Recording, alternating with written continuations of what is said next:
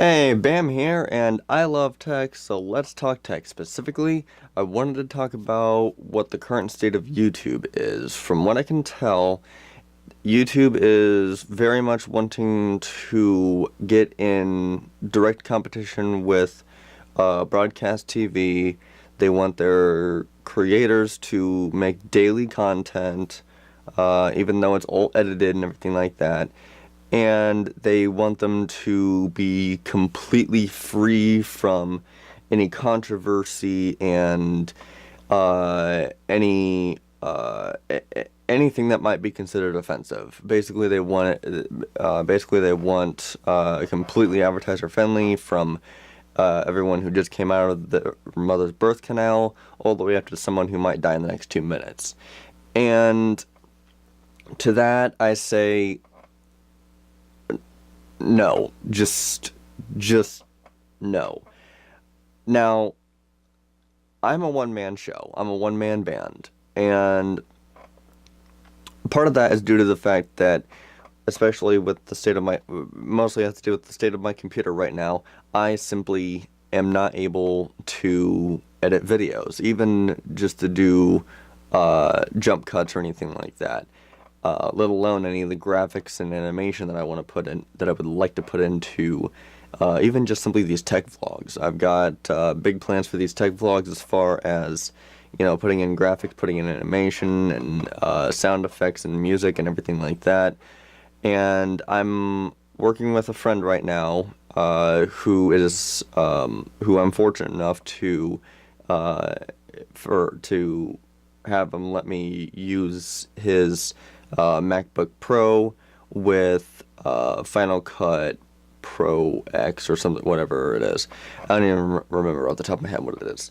So I'm very fortunate to have him to let me use that, and on top of that, to the fact that it has so far actually been working for me. I've said in a previous tech vlog that I've said in the past tech vlog that I have always had bad luck with Mac and Apple, which is part of the reason why it is that I do not go with Apple or Mac or iOS or whatever.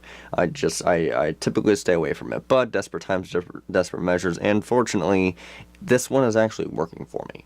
So now I will get my own desktop back up and going, and then I'll switch back over to Adobe Premiere, hopefully Pro, if I don't stick with Elements, whatever. So, and that's part of the reason why, on the one hand, I feel like this hurts. This will definitely hurt a lot of creators to have to constantly be advertiser friendly, which for some reason they're also counting that as with how they've got their restricted mode set, that it's basically suitable for kids as well, that their parents don't want them to hear a bunch of swearing, see a bunch of gore, violence, and excessive nudity and stuff like that. Which I can understand that to a certain extent. I personally even think that they are that to take out every single swear word and every ounce of blood and all of these sexual content and everything. I personally think that to shield kids from that is it is wrong. I think that they need a little bit of taste of that, of all of that, just to make sure that whenever they do get it, it's not a complete shock to them. They're not getting all at once whenever they're 15 or something like that. And of course, whenever I say kids, I mean, from the age of being able to walk and talk decently all the way up to about, 10 to 12 years old, somewhere in there. So know that I'm not saying, I'm not saying to expose a 5-year-old to graphic sex. I am simply saying that I feel like there definitely needs to be way more leniency given, especially whenever especially whenever turning the restricted mode on YouTube on or off can result in either one extreme or the other. You can either get content that is almost pornographic, because let's face it, there is some stuff that it kind of borders in from simple nudity and romantic boudoir, and it can border into pornographic, definitely, almost being that point. And of course, for the content that is simply slipped through the cracks, there is actual porn on it. Not that easy to find, though, from what I've experienced, but whatever. So anyway, getting back to the main point here, yeah, YouTube definitely wants their creators to make daily content, and for me, it would be as easy as simply shooting a vlog like this. That's just one take. That would be as simple as putting this into my daily routine in some form or fashion. Now, mind you, I do have I do have an advantage here of not being able to edit, so I can literally just shoot, talk to the camera, put my card into the computer, and upload.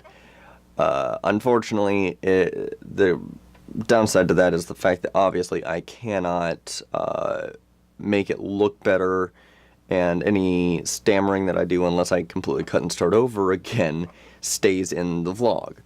So, and fortunately, I have found I just simply decided to start doing tech vlogs that I was just speaking my mind and putting in my 2 cents about all of the different tech that I find on Twitter and everything like that, different advancements in tech and changes in tech and everything like that. Because I found myself literally saying the same thing over and over again in the comments section of, you know, the LG G6 or Samsung's latest flagship smartphone or different TVs or whatever like that. I found myself saying the same thing between different tech channels on the same device. Whereas this way, I literally just put it out there one time. So that's part of the reason why I've been doing this. And I find tech to be the easiest thing for me to talk about. So, but it's definitely forcing creators also to watch themselves way more than what they would normally do, even in the real world, let alone on the virtual world. Obviously, virtual world people have a tendency to not give a shit what they say. They'll literally say anything regardless of how potentially immoral it can be to someone else, how offensive it can be, and I use that term in a very loose sense of what is considered to be actually offensive. But the problem is that originally YouTube was supposed to be for creators that you would never find on mainstream media because of the fact that they could be controversial. Now, there's also the flip side of that of being too controversial, especially with the PewDiePie thing, whenever you had a couple of people, foreigners, that were holding up a sign that said "Death to Old Jews." Yes, I heard about that. I watched Philip DeFranco. And